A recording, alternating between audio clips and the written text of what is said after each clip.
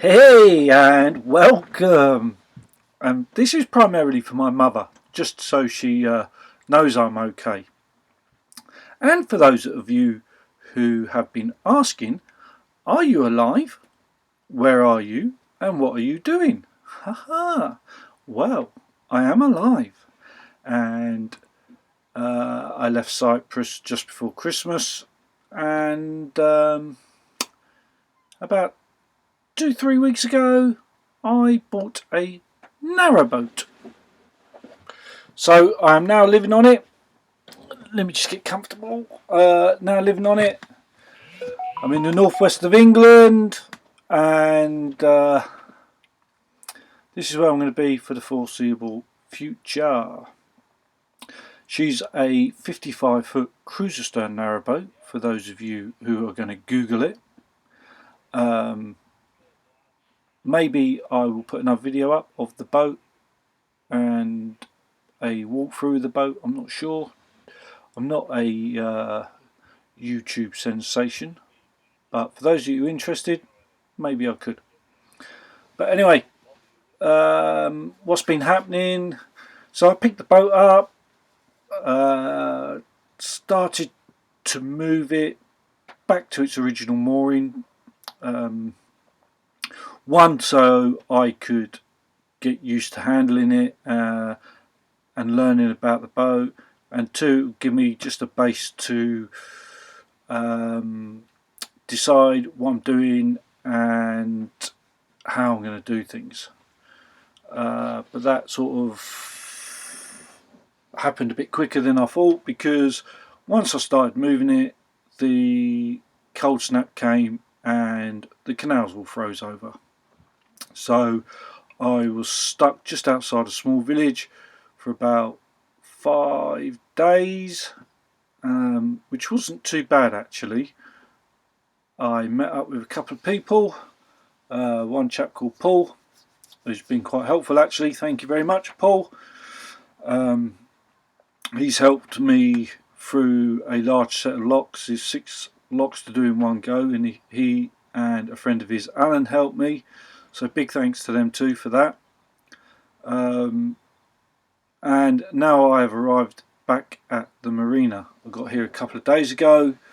I've got electric to the boat now, which is good because, as I say, on the journey up I was having problems with power, so I couldn't have lights on at night. I couldn't charge my phone, couldn't charge my laptop, couldn't do anything. So it's a bit like being on exercise really, in a way. But it's all sorted now, which is good, and I can start formulating a plan. Although I suppose I have formulated the plan already, because whilst being stuck in the frozen canals, I've decided to do a bit of investigation on the boat, peeled a few things back and realised there was a couple of small wet patches in the bedroom area that needed sorting. Don't get dirty ideas. It was on the walls. And I now know where I need to be going with this boat. So whilst I was stuck there, I decided to rip it all out, and I did. I took all the front cabin area out, all the bedroom area, and I ripped all the bath out, which was an absolute nightmare. Took the shower out and took the sink and everything else out. So, and I took all the panelling off the walls, took the ceiling panelling off. So all I'm left with in there at the moment is insulation on the walls that need to come out, because it's the old, rock wall stuff. That'll come off and it will get fitted with some more modern insulation. So yes, the plan is to refit it completely, right from the bow through to the stern, and I'll probably next week we'll start on the main cabin and galley, i.e. the kitchen for you land lovers, kitchen area, and then I will be able to re-insulate the area there, and then I can start laying and refitting it out how I want. But because I've been having problems with batteries and that, I decided, on the advice of Alan, that just start on that, get that sorted, because even though you've got electric hookup, if you have to move or you want to move, then at least you've got power. So the last couple of days I've been cleaning out the engine bay, which had water right up to the bottom of the engine, and I think I've took out about 140 litres of water, which isn't good on a boat. So I've got rid of that. I've cleaned the engine bay as best as I can for now.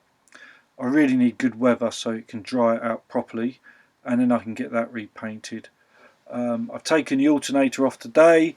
I'm waiting for a new one to come, and once that arrives, with Alan, I'm going to make brand new battery cables, put them on so we get a good flow of current through to the batteries from the alternator. And then during the refit, Alan is going to rewire the whole boat for me. We're going to try and keep it as 12 volt as possible, although we will put some 240 in for when we hook up. But it's not. I personally don't feel there's a great need for it. So we'll go down the 12 volt route.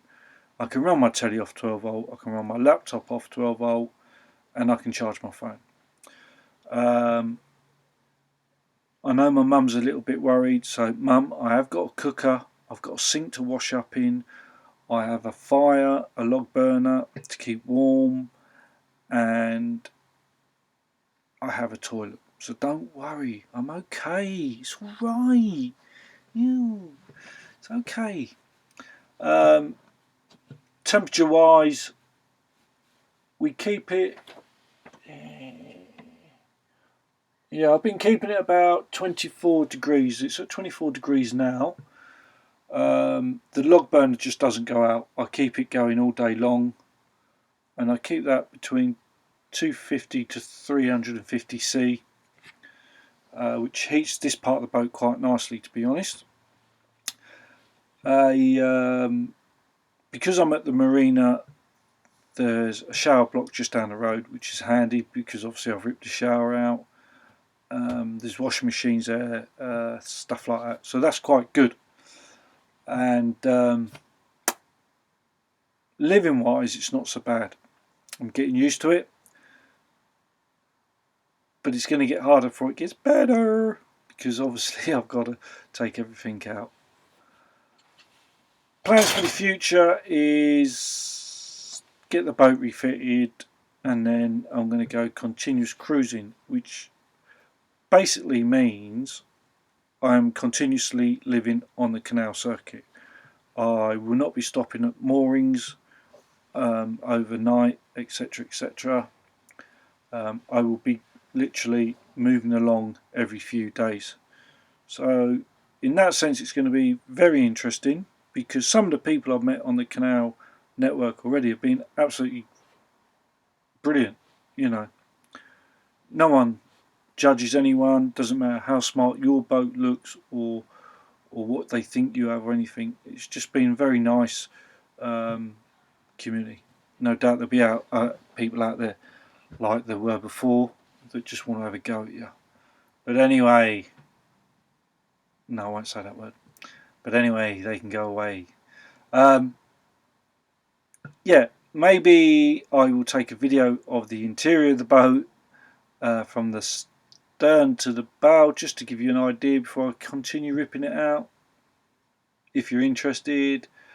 And I will give you a little tour on the outside of the boat. Well, there's not much to see really, just tatty old paintwork, which is going to get sandblasted, and she's going to get a new paint job, and the bottom, we're going to get it lifted out of the water so we can get the bottom re-blacked, which should last for about 3 years, and then we'll be good to go. So that's my plan, certainly for the next couple of months.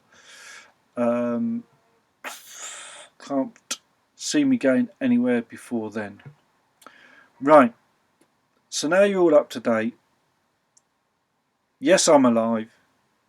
I have my own narrowboat, and yes, it's good. It's okay. So don't worry, mother. I'm here. Right, I will speak to you soon, folks. Maybe I'll put a video up in a couple of days of the boat, and we'll see what you think. Bye for now.